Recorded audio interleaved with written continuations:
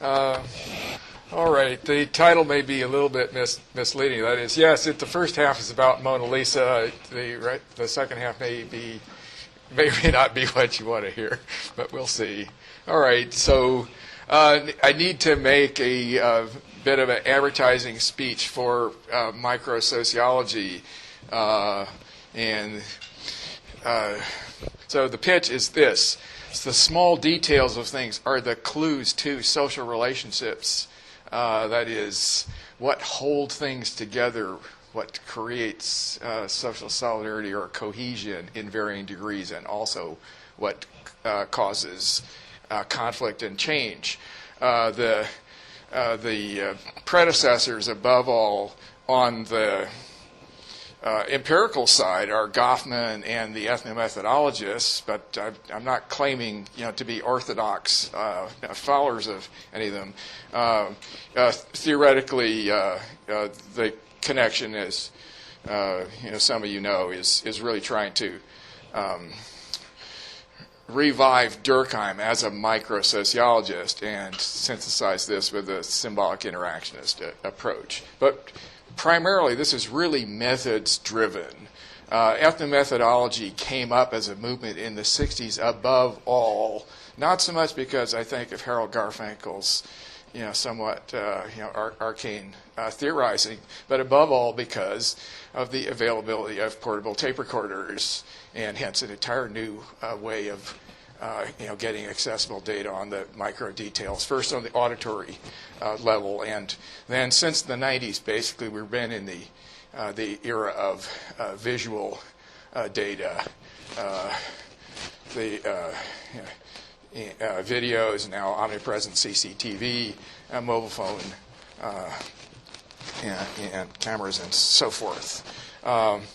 At the center of microsociology today, where the theoretical accumulation is happening, is the sociology of emotions.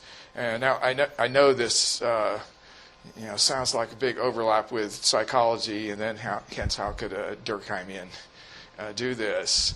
Well, emotions for the most part are generated in social interactions. Almost all the emotions we're interested in are the ones which happen that people get them because of other people or as messages that they send to other people. An additional twist on this is what we can call, in a Goffmanian vein, the front stage presentation of the emotional self. But Arlie Hochschild, another one of Irving Goffman's students, Arlie and I were actually in the same cohort at Berkeley. There's what she calls emotion work.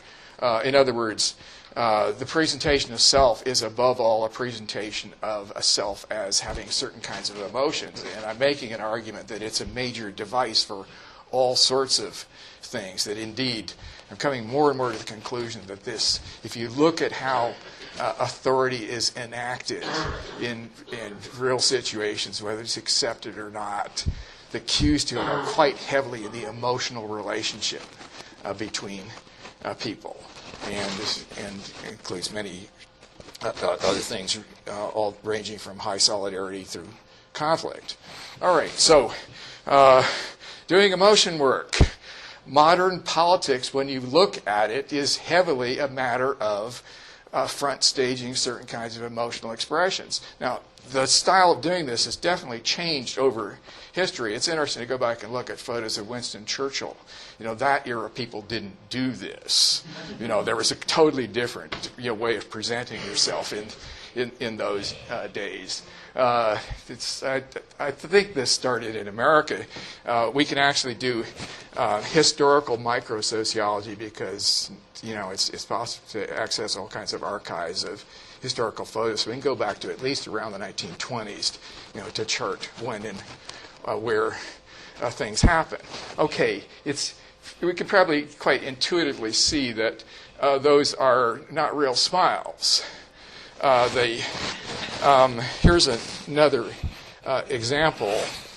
So I could call this the polite formal occasion smile. This is the mark of the upper class, or at least the contemporary upper class. Again, if you go further back into history, that pattern changed. But this is definitely the way people attempt to show themselves. And indeed, it's, if you were more dynamic about it, see, the upper class are the people who you can't really wipe the smile off their face, right? They hold on to that smile.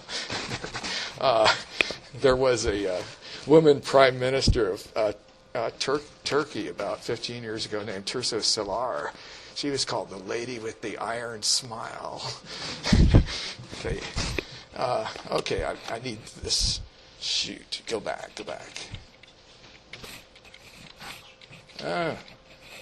I can't go back on this. Where's over here? Where do we need to go? Okay. Yes. All right. Good. I think one reason why we like children is they have not yet learned how to do emotion work. So this is a genuine smile. The full photo shows that she's got a puppy on her lap who's tickling her. All right. Now, our folk culture says that smiles are done with the mouth. See, so we have these little icons: the smiley face, the frowning face, etc. And so when we put on, we do emotion work and try to generate expression. We do the work with our mouth. I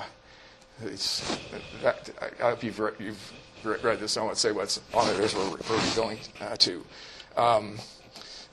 So here's the Mona Lisa. As of the 20th century, this has been declared the most famous painting in the world. It wasn't always the most famous painting, and it's famous above all because of the puzzle of the expression on her face, the Mona Lisa smile. Now, what I'm going to attempt to do, more or less as an exercise in demonstrating what you can do with some of the tools of micro-sociology, is to take apart her expression and see what it actually is, and to see what makes it so mysterious. All right, and in this area, I'm following the research tools provided by Paul Ekman, a psychologist from San Francisco, who has done research worldwide on facial expression of the basic emotions. I emphasize the worldwide part of this because he has done this in many different cultures and has evidence that there are at least 6 basic emotions which are expressed and recognized the same way in all cultures. There are many more complicated emotions, and people can do various things on top of those emotions. But it's an argument that this is indeed fairly reliable for certain kind of hardwired expressions. All right, so Ekman points out emotions are expressed on 3 different zones of the face. The mouth and lower face, as I was just saying, that's the part where we conventionally think that emotions are. The area around the eyes and the area of the eyebrows and forehead. Now, bear with me as I'll read this for the sake of the recording. So we'll start with the lower zone. In the mouth and the lower face, stronger smiles pull back the corners of the mouth further back, and by back I mean back towards your ears. I don't mean back up, right? So it's pulling them back that way. So the corners of the mouth may tilt up, but they don't have to. The idea of the little smiley face with the corners turned up is not really basic to the smile. Very strong smiles which pull the mouth open and expose the teeth often leave the line of the upper lip horizontal. What you get that looks bow-shaped actually is the lower mouth, and as you can see, particularly the middle and the right of these 3 intensities of smiles. So the one on the left, the mild smile, you can easily recognize that as a smile, but it's not a smiley mouth in the strong sense that we're concerned of. Okay. What's especially important is the wrinkle called a nasolabial fold that runs from the corners of the nose diagonally down beyond the corners of the lips. In very strong smiles, these triangle-looking folds become deeper and are matched by a flipped-over triangle of skin folds from the chin to the outer corners of the lips, giving the lower face a diamond-shaped look. Okay, so look at the one on the right. As the smile gets more intense, the nasolabial folds become deeper. And the mouth here is kind of falling open, so it's getting more bow-shaped. But it's more important to see this. See, that's the really strong smile actually has that diamond shape to it. Now, we could go back to the original ones, Sarkozy and so forth, and see, where they're lacking even on the mouth side of it. They're working really hard on a certain shape of the mouth, which actually isn't the right shape. I don't want to pick on Mr. Sarkozy. I mean, I've got ones for American politicians, too, and sad to say I've got ones for Brits and so forth. Okay. All right, so Mona Lisa's mouth. Well, all right, so where's the smile here? It's, in a way, it's our conventional inaccurate picture of the smile. That is, you turn up the corners of the mouth. But there are no nasolabial folds in it at all. Now, you could ask what was Leonardo's intention and so forth. He did spend 3 years working on this painting, obviously not with, Mrs. Gioconda sitting there all that time. So he's aiming at a certain kind of effect, and certainly this is, 60 years into the Renaissance, where the painters vied with each other over realistic effects that they could make. So he's trying to make some sort of effect. I think he never regarded this painting as finished, maybe with good reason. But at any rate, it has the appearance of a smile, maybe the slightest kind of smile, but I'm even slightly dubious about that, because turning up the corners of the lips and doing nothing else is so rare. Okay, let's go to the eyes and eyelids. Smiles make wrinkles below the eyes, more or less horizontal, slightly curved across the bottom of the eye socket. Deeper wrinkles, the more the cheeks are raised. I'll just skip forward for a second. See, this is a really good one. Notice she has got that full diamond shape, mouth zone. You can strongly see the wrinkles underneath her eyes. Now, let me just shuttle back here. This has the effect of narrowing the slit of the eyes as the lower eyelid is raised. Narrowing eyes can also happen in other emotions, and so you have to be careful to look at the details. But in other emotions, the lower eyelid may be puffed out but is not tense. So a smiling face is a happy face, and it is not at all a tense face. So there's a bit of a contradiction in working at putting on a smile, because make your face look tense and smiling at the same time. I'm not going to run through all the emotions, but key thing about the anger face is the face is totally tense, in every zone. And I've used fear and anger in other presentations. I won't belabor that right now. Okay. The final point. In the happy face, these muscle movements called crow's feet wrinkles to spread out from the corners of the eyes. And we can see that really nicely in this picture. The sort of the smiling eyes have both that and this. Okay, so let's look at Mona Lisa's eyes. The lower eyelids are a little bit puffy, but there's no indication at all that it's because the cheek muscles have been raised. There are no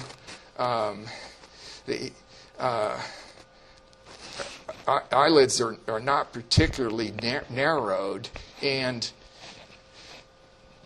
at any rate, Leonardo made no effort to create crow's feet around the corner. Now, there is an argument that he has this famous so-called smoky technique, the sfumato technique that he was admired for, so precisely, kind of smoking out the details of things is what he was aiming at. And that's one of the things that actually makes it difficult for us to read it as a straightforward painting. But clearly enough, they're not smiling eyes. So what kind of eyes are they? Okay, so I look through Ekman's handbook. Okay, where is it? I've got it. These are sad eyes. Now, Ekman made this into a composite photograph. See, the lower zone of the face is neutral. He has the same model, so he's kind of pasted a neutral lower face onto sad eyes. Okay, so what makes the eyes sad? All right, so let's read what he says. Sad eyes are passive. The lower eyelid is weak, and there is no horizontal wrinkle below it, since the cheek is not pushing up. All right, go back there. See, so so it's all very smooth below the eyes. Right? The bottom part of the face is just okay. Whereas in a smile, the upper eyelid is open, so the eyes brightly look out. I mean, that's for that expression. Having bright eyes. It's not that the light shines out of them. It's just that you're seeing a lot of eyeball. In sad eyes, the upper eyelids droop a bit. All right, so see a bit of this here. Got one more line to read, and then we'll look more carefully at those photos. The brow, which tends to collapse and droop downwards, this makes the skin of the upper eye socket. Now, we're not talking about the upper eyelid. We're talking about the skin right here. You have sort of inside your eye socket. Droop like a veil, slanting over the outer corner of the eyes. Okay, so let's take a look. On the left, this is a woman. I've blown it up for. She's being kind of helped by people on both sides as she walks, kind of blind with this blind look on her face into the funeral of her dead lover. That's not a very recent photo. The one on the right is pretty recent. This is a woman who had been publicly raped in some of the demonstrations in Egypt, and then this is taken just after her case was thrown out. See, and look, you can see particularly well on her the lower part of her brow there hanging like a veil over her eyes. So that's very definitely the sad eyes. Okay, so look at Mona Lisa. They're not as sad as these women, but they are mildly sad eyes. We could go to the brow, which expresses other emotions. Her brow is just completely blank. I mean, she's a wrinkle-free woman, and that's another thing that makes her somewhat mysterious, because so both the eyes are showing some emotion, the mouth is showing a different emotion, and the combination strikes us as mysterious. Okay, now let me add one more thing in here. We already read the bottom line here. It took me a long time to realize this because you're so concerned about her mouth. Mona Lisa has no eyebrows, right? So what difference does it make? Well, for us, eyebrows are actually very expressive. So here, I mean, these are kind of like over-the-top enthusiasm look, where I'm putting so much energy into it, it's virtually coming out the top of my head. In the case of Jimmy there on the left. The one on the right has an extraordinarily big mouth. She worked really hard at getting her mouth that wide open. But even her forehead is unmarked, but the dark eyebrows there are very dramatic. Here's another one. Now, anger is shown on all the zones of the face, but one of the clearest markers of anger is in the eyebrows. The eyebrows are pulled together, and they create vertical lines, as if extending the line of your nose up onto your forehead. This is a man in a court shouting angrily at somebody who's murdered his daughter. Back to Ekman again. There are two versions of the angry face. They are similar in the brow and eyes. They just differ in the mouth. You could have the clenched mouth look, tight mouth look, or the open, angry shouting mouth. But the bottom line here is that the angry face is a completely engaged. The muscles of your face are completely engaged, and anger is used as a primary emotion to try to dominate other people. I mean, it's quite literally a face contest. My face is going to be stronger than your face. But, okay. Now, started looking through, history of painting books, realized that, in fact, the latter part of the 15th century was a period when it was a fashion for ladies to shave their eyebrows. See, so here's a Fouquet Madonna from 1452. It's pretty inexpressive as it is. This is too early in the Renaissance to be really concerned about emotions. This one's getting closer to the time, and in Urbino, actually. So Piero della Francesca portrait from 1465. The woman here perhaps is made to look intentionally bland. These are days when aristocrats did not have to have big smiles. And Mona Lisa is painted, a little less than 40 years thereafter. So it was merely the fashion at the time. All right. At the time when Mona Lisa was painted, it was not regarded as a particularly notable painting. I mean, Leonardo was quite famous for many things. Above all, his masterpiece was considered to be The Last Supper. No one, as far as we know, commented on anything mysterious about the Mona Lisa. It took a long time before it become well known.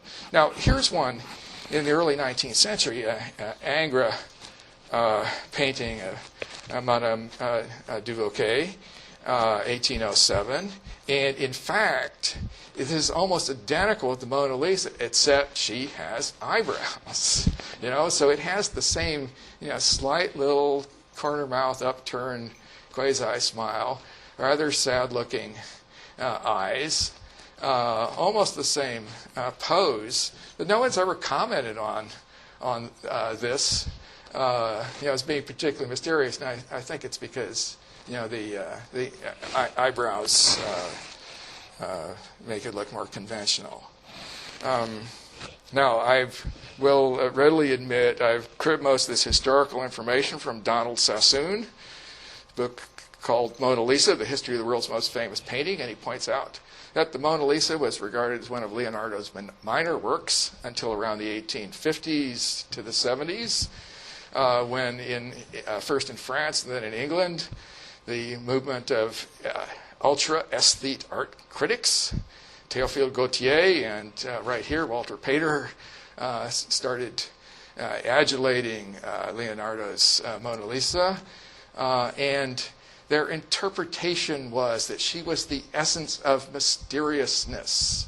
And not only that, this mysteriousness was, she was the mysterious feminine with a capital F, the Salome, the Earth Mother, the sexual temptress, the seductress. So I thought, well, let's test that out. Is this what really sexy women look like? All right, so I confess to downloading this from certain sites on the internet, of which there are more than a few, and you can check it out. There are thousands of photos that look like this, and I have not seen one that in that sexual context that looks like this. All right, so much for Walter Pater. I'm not sure he knew about women anyway. So, all right, getting on to part two. I've tried to make the argument then that the visual analysis of emotions can be a key research tool, and that we have, by now, some of the basic methods for being able to read what the emotions are. And I give you two references here to books by Paul Ekman. One of them with a little bit more provocative title called Telling Lies. Another one from '84 called Unmasking the Face. And then there's a huge handbook that goes through this in very great detail as well. And indeed, encourage you to look up, the literature by Ed Ekman and his rather big school of comparative psychologists. I think this is pretty well established material. All right, so part 2.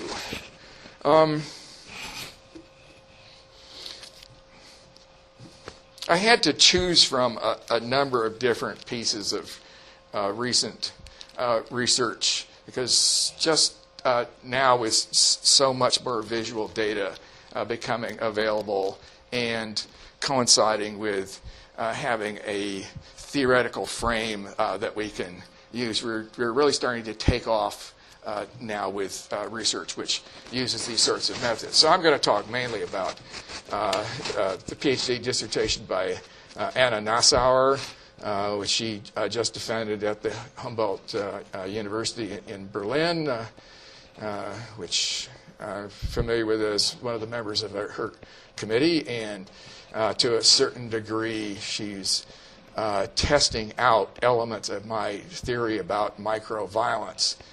Now her specific research is about the question of when did demonstrations end in violence and when did they remain peaceful?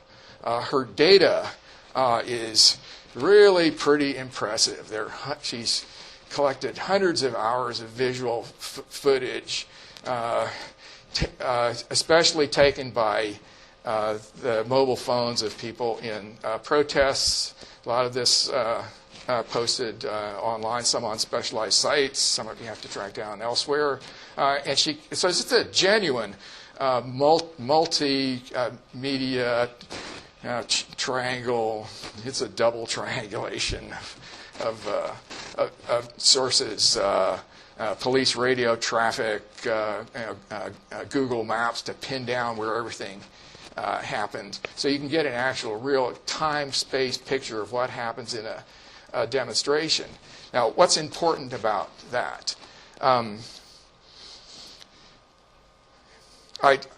I could see this already from my collection of photos of demonstrations, from a slightly earlier period.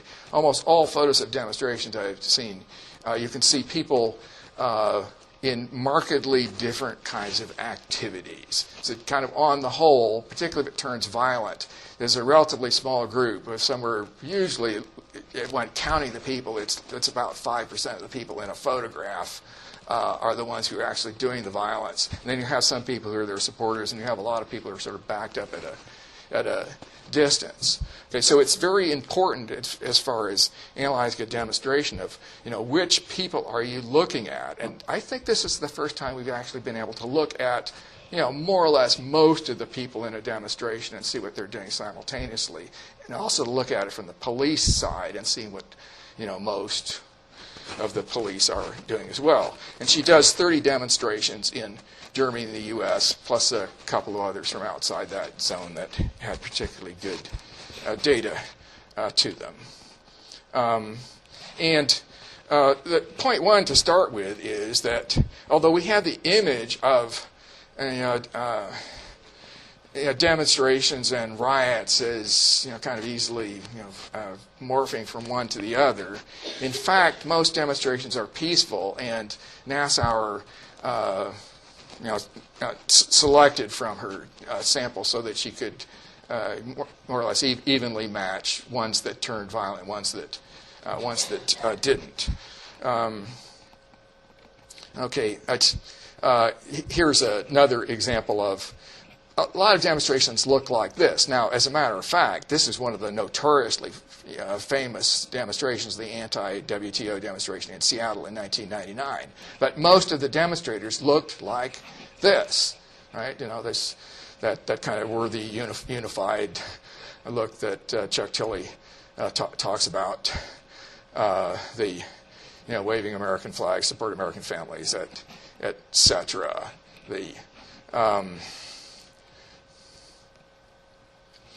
The things that we're going to look at, written across the top here, the key are the time sequences, the emotional fields that build up, and the turning points. And here are a couple of details that I'm lifting from Nassauer's text. So this is the way she's describing things in one of the series of photos. A line of police outnumbered by protesters, tensing their muscles, holding their truncheons tightly, and looking nervously over their shoulders from attacks that might come from behind. But also photos where both the police and the protesters look calm and relaxed, even bored. Nassauer is analyzing not only the facial expressions, but also the body language, and often she has audio data as well, so we're able to pick up on that. Okay, now I have to confess something here, and that is I don't, in this PowerPoint, have any of Annie Nassauer's actual images. So the ones that I've picked to kind of fill in and give you a sense of this are from my collection rather than her collection, and hers is a whole hell of a lot more extensive, and you can kind of get moment by moment. But I think you can get the general idea. Okay, so this is a demonstration, pretty famous demonstration actually, Berkeley, 1964. We captured a police car and managed to shut down the university. I'm actually in this photo, but I'm not one of the ones on top. But I kind of want to point out to you the cops, right? I mean, this demonstration did not turn violent. And certainly at that moment, there's no threat of it. The cops are kind of, they're looking a little, bored and maybe waiting like, when can I get off duty? But they're, you can already see it. And again, you can see it from the audience, and people up on top are like, I don't know, is there room to get another microphone? So you can see the atmosphere of it already. In contrast, okay, so this is actually from May Day in London, 2001, and violence hasn't quite broken out, but I want to direct your attention particularly to the officer on the left.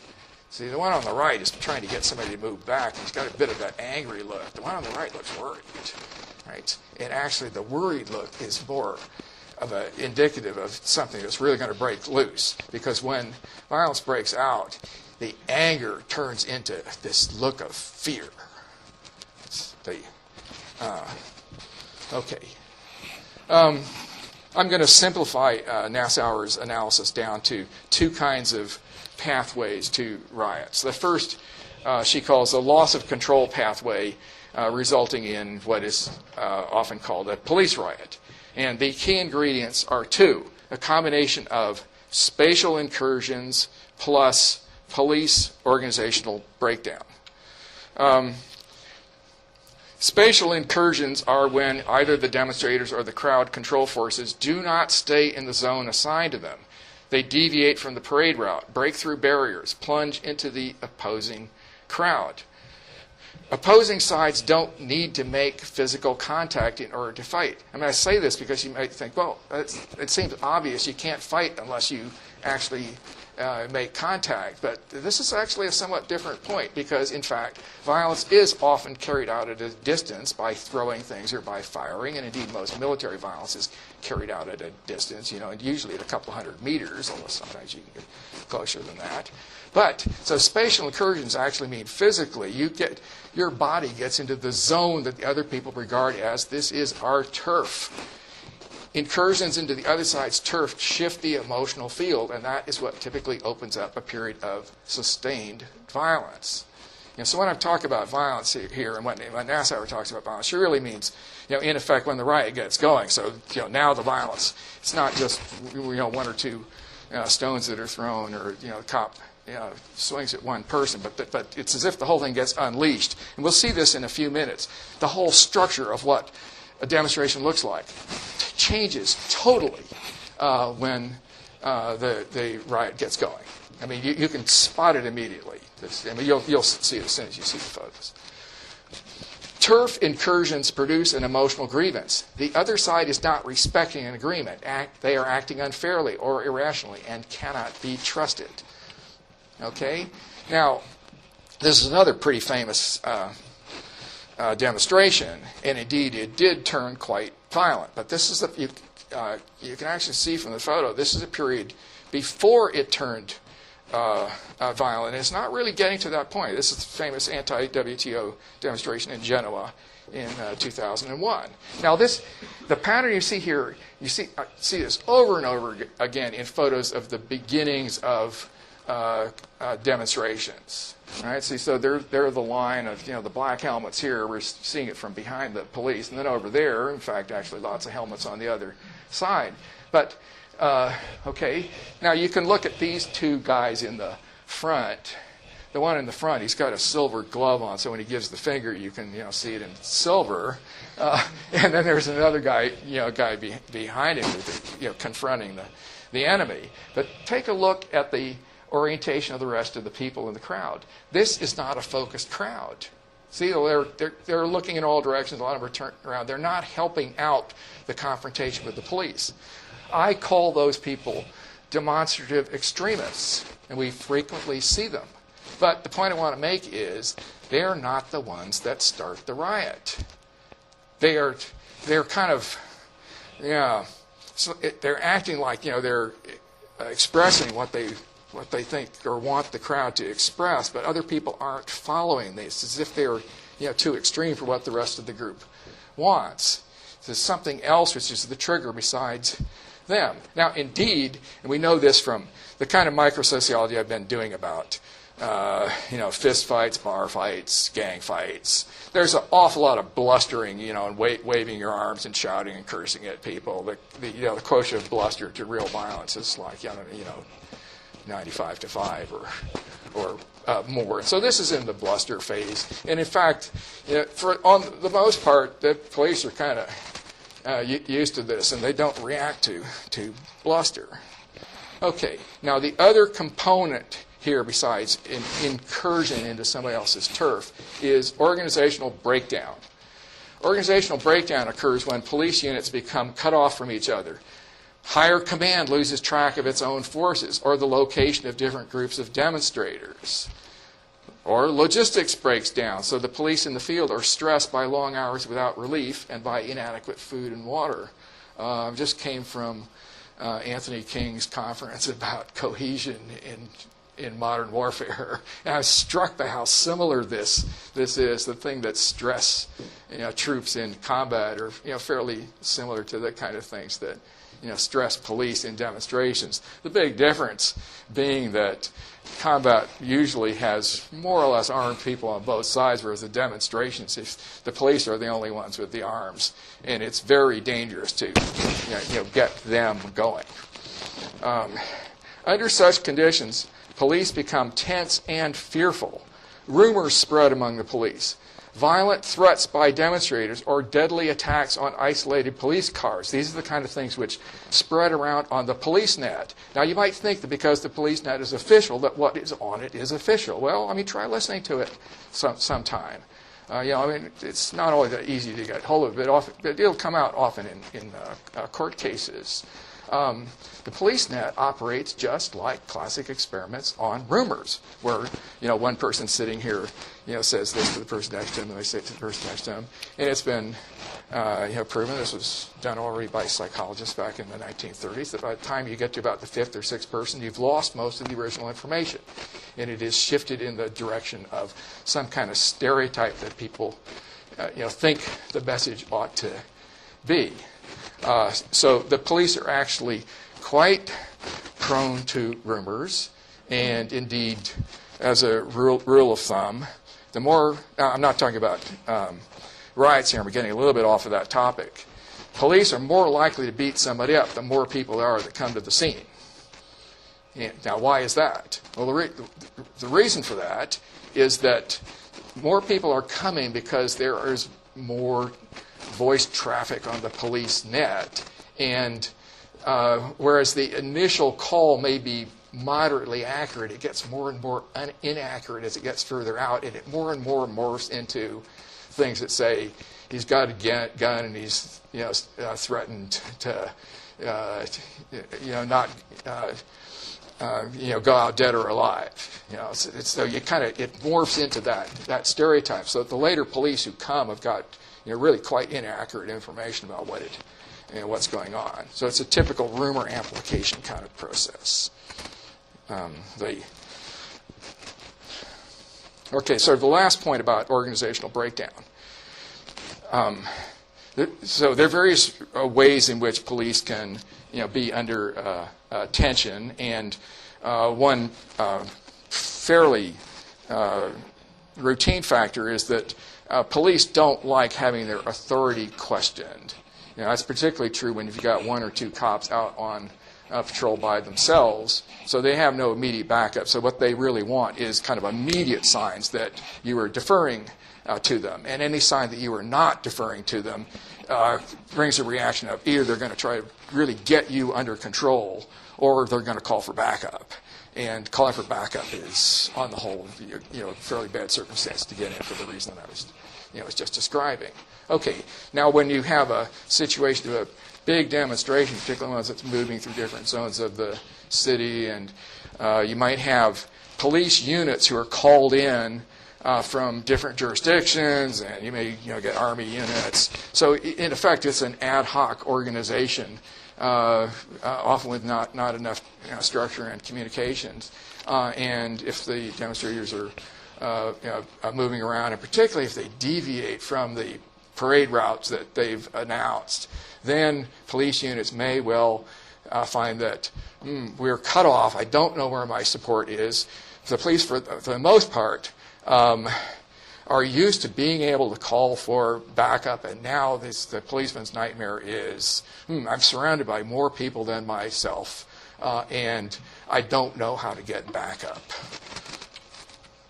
Okay, now this photo is from the LA Police Department. I put this in mainly because it's a really good close-up. The LAPD now has video mounted on all their cars. So, this kind of is a routine arrest, except that this young black man is not really buying it. It's like, I haven't done anything, and so he's gesturally resisting. You can actually see, particularly the officer in the middle, he is really straining. I want to get him completely under control. So the big tension for the police is when their effort to have things routinely under control is challenged. Okay, now I'll add one theoretical point here. You got it. We lived ever since 208 A.D. Yes, right. We're waiting for the Emperor Constantine. 2008. Confrontations that threaten violence produce expressions of tension and fear, even when the participants are angry. And that's my main empirical finding from that book. In most situations, the violence does not come off because both sides are inhibited by tension and fear. Somebody's a really poor speller right? The trigger to violence is to find an opening in which the opponent momentarily shows weakness, allowing one side to acquire the emotional momentum. Now, so this is a two-step model. All right, so tension is built up. It's not just a momentary confrontation, but it's going on. And both sides are getting more tense. And then one side collapses or shows weakness. And that puts in motion what I've called a forward panic, and what the great French military sociologist Charles Dupic called flight to the front. Our soldiers are so afraid that we don't know what we're doing, so we'll run towards the enemy, wildly firing our guns and shooting everybody in sight, which might be our own people. Okay, and one more theoretical point. So the triggers, both to set things off and to determine who's dominant, are really emotional. They are in the emotional field. Emotional dominance precedes most of the physical damage. The dangerous moment in a police riot is when high tension has built up among the police, followed by a micro-trigger that sets off the police to reestablish their dominance. How do they reestablish their dominance? We're stressed, we're cut off, we don't know where our backup is, we're outnumbered. The only thing we got here are our guns, or our truncheons, our billy clubs. So there's just, even though, the explicit rules may be of, keep calm, keep them in their parade path, et cetera, at that moment, whatever the police tactical orders were, simply get overridden. Okay. Now I'm going back a little bit in time now. So this is before the trigger point. Okay. Now this is and as I said before, these are not Anna Nassauer's photos. So these are not German or American demos. This is in Yugoslavia while it still existed. 11 or 12 years ago. You can see the usual demonstrative extremist, the guy out front there with the hanging cigarette who's engaged in a kind of a stare-down contest with the security police. Another guy over here shouting at them angrily. But the photo's good enough. You can actually see something of the faces of the riot police behind their masks. And they look pretty impassive. They don't look frightened. They don't look tense. They don't even look angry. It's just like, we're just holding. They're not being provoked by that guy. On the whole, that's true. In general, these people, the individuals don't start it. Now we know this from interviews, and this is Anna Nassauer's data. The police typically view a crowd as consisting of a small number of potential troublemakers, plus a much larger group of peaceful demonstrators. In fact, this is empirically true in all the demonstrations that I've been able to get any kind of data on. As I said before, it's about 10% who do pretty much all the violence. So the police are aware of that. Nevertheless, the police also believe that the small violent group can infect the majority, taking them over emotionally and turning them all irrationally violent. So the police in English-speaking countries will frequently say, yeah, we know they're mostly peaceful, but they get hijacked by that group. And at that point, the whole crowd goes berserk. That's the police interpretation of it. Now, in fact, this is very much a projection of what's happening in the emotional field. But okay, now this photo happens to be from a settler demonstration in Israel protesting against one or another move to shut down certain villages, and the newspaper tag on this says violent stone throwing demonstration on the West Bank. Now looking at the photo, I see exactly one man throwing a rock. The guy next to him, hauling the rug, isn't paying any attention to him. These guys down here in the front looking in various directions. Amazingly enough, you got people in the background there, some of which have guns, and nobody seems to be paying any attention to them. Right? So now I know that the way journalistic photo services operate, they get a whole lot of photo feed, and then they try and pick out the ones with the most action. So if there's a bias, it's towards this is the most violence we can find. So kind of on the whole, when we try to photograph demonstrations, you deliberately go out there and try to photo. It's kind of disappointing because it's too thin. You don't see enough of this. All right. So I think this actually sort of illustrates this. So kind of on the whole, some of those guys with cops, I think, the ones up at the front, those are IDF, Israeli Defense Force officers, and they're kind of like, okay, there's one guy throwing rocks, so it's like it's nothing really. We don't have a crowd in operation here. Okay, so now when the police, after a buildup of tension, launch an attack, they no longer distinguish between the two groups.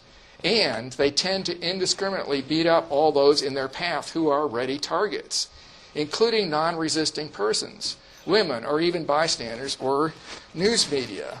Okay, now here's a photo. I just pulled something up that I could easily find this afternoon on my computer.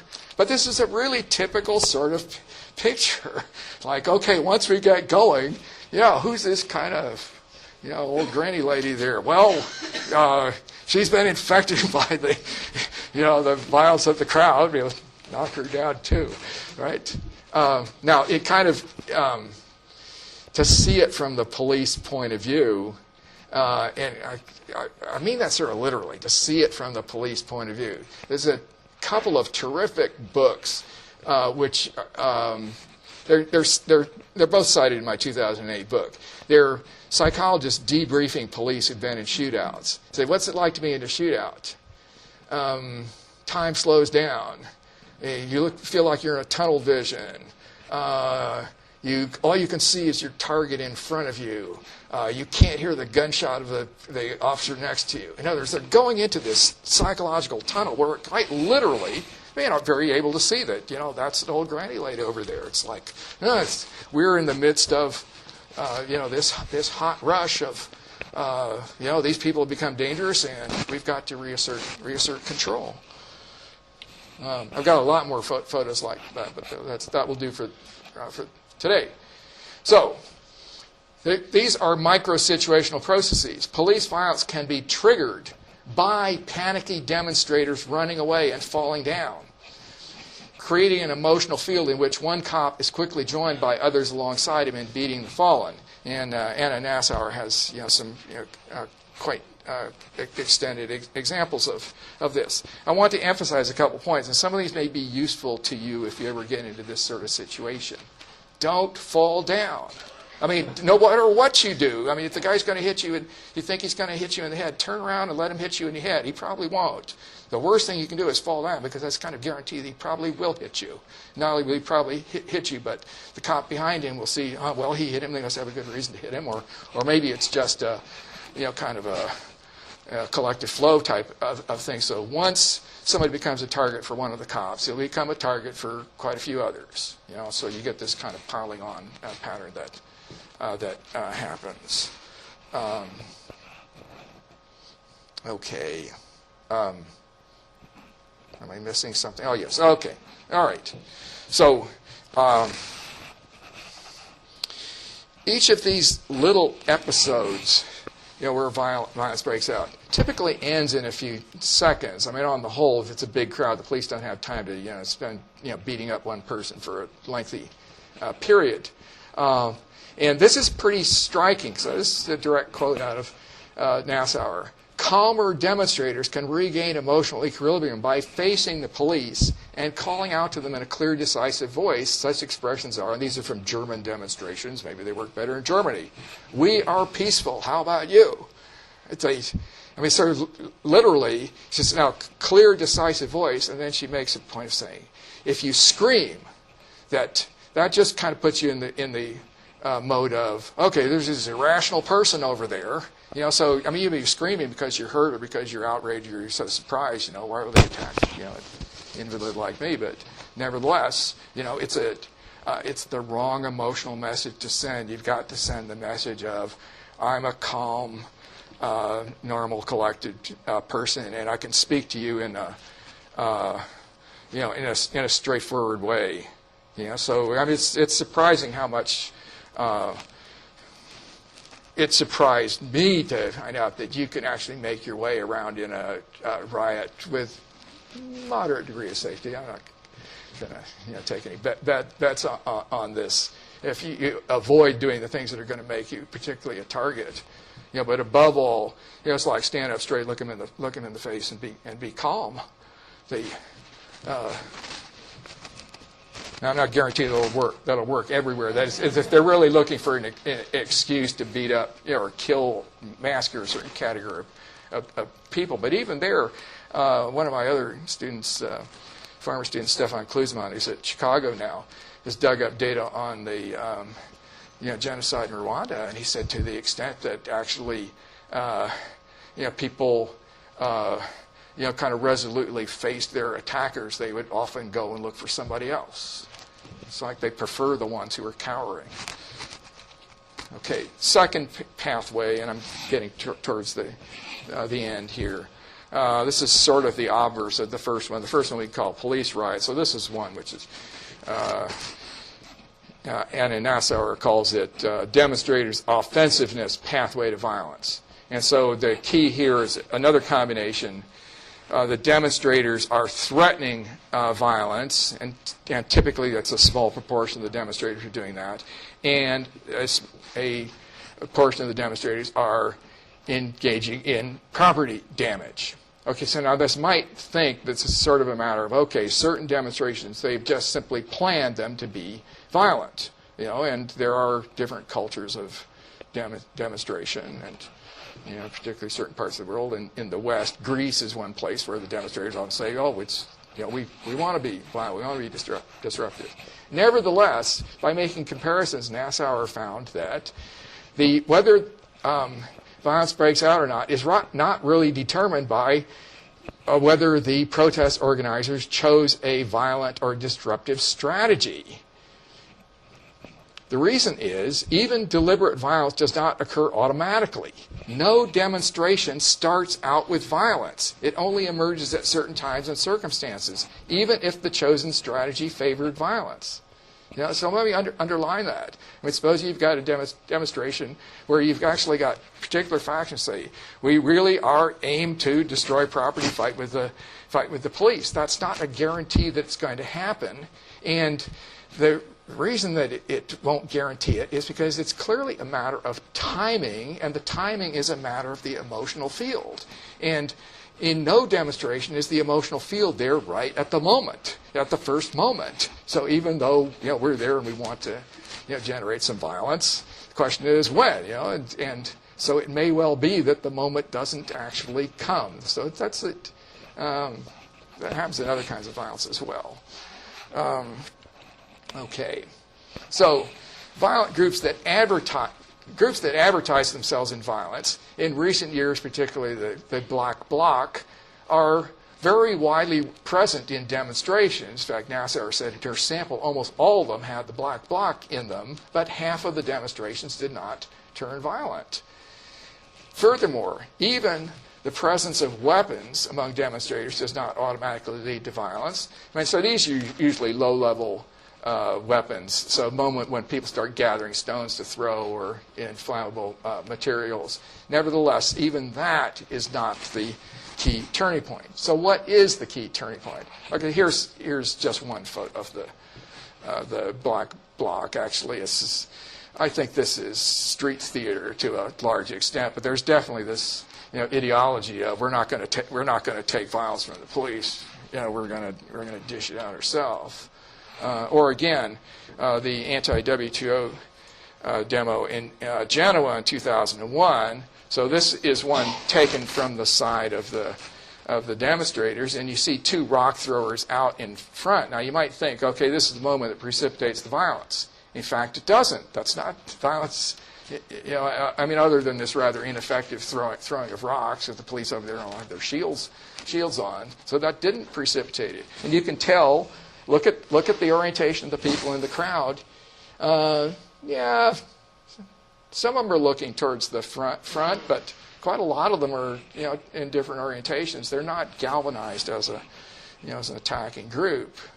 Okay, all of this actually fits a key finding in the micro-sociology of violence. That violence is not easy, and it only occurs when there is a facilitating emotional field.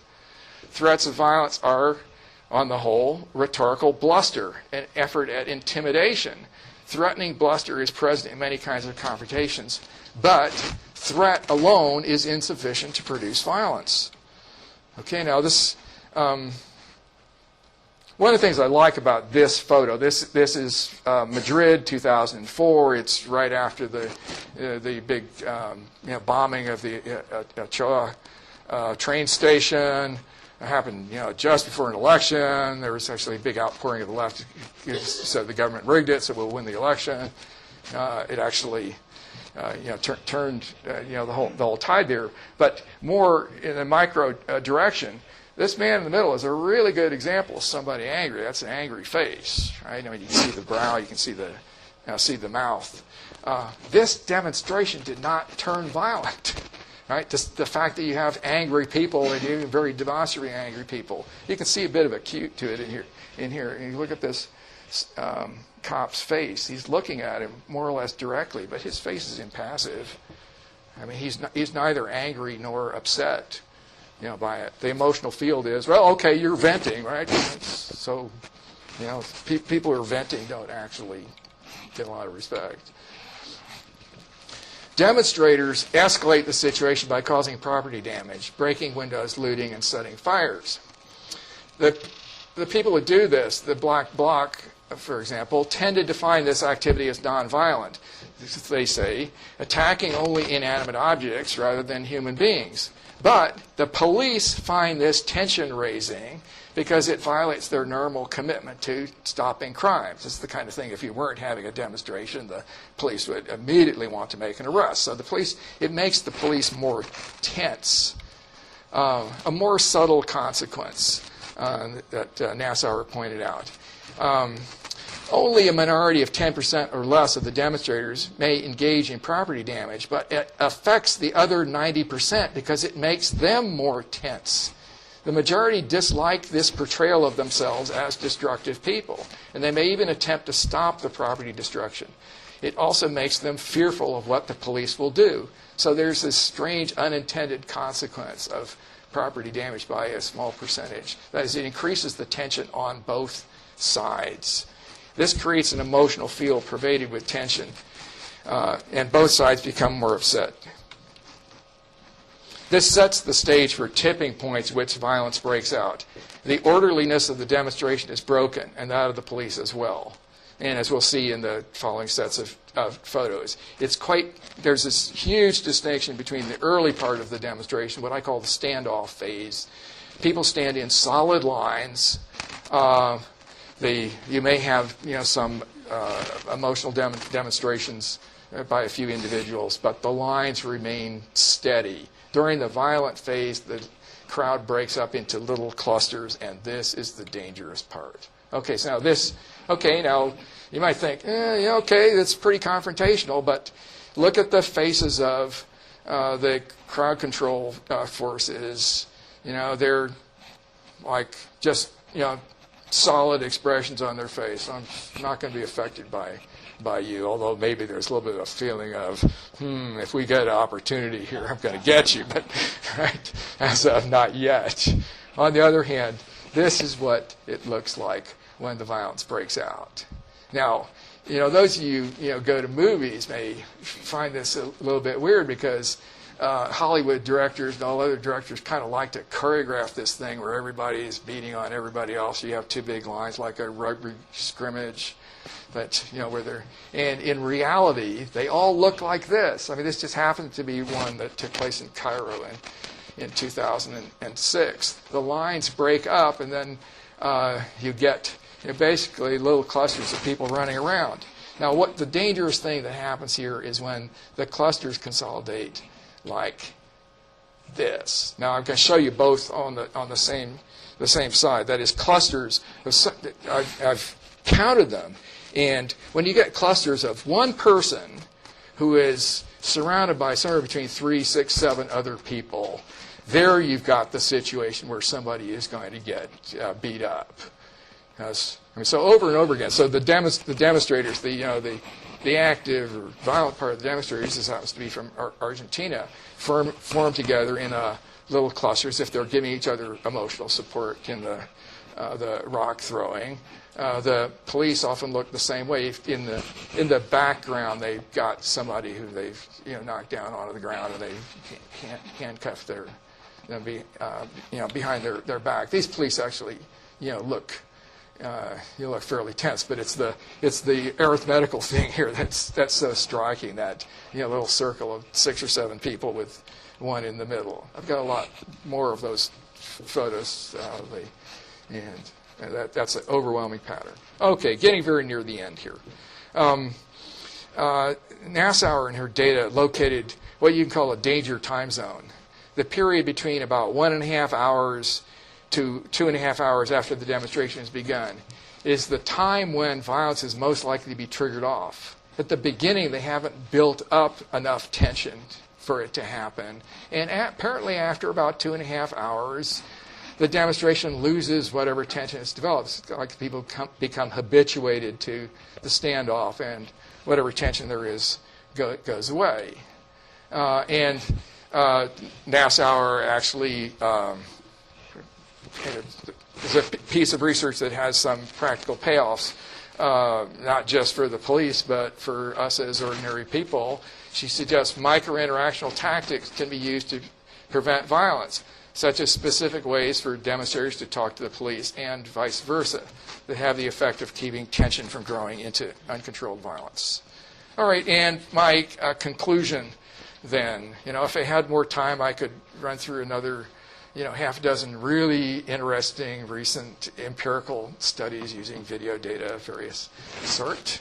We're in the age of microsociology, and I can pretty much guarantee that it's going to keep on growing, just because, so much more visual, auditory, and other kinds of microdata is becoming available if we know how to read them.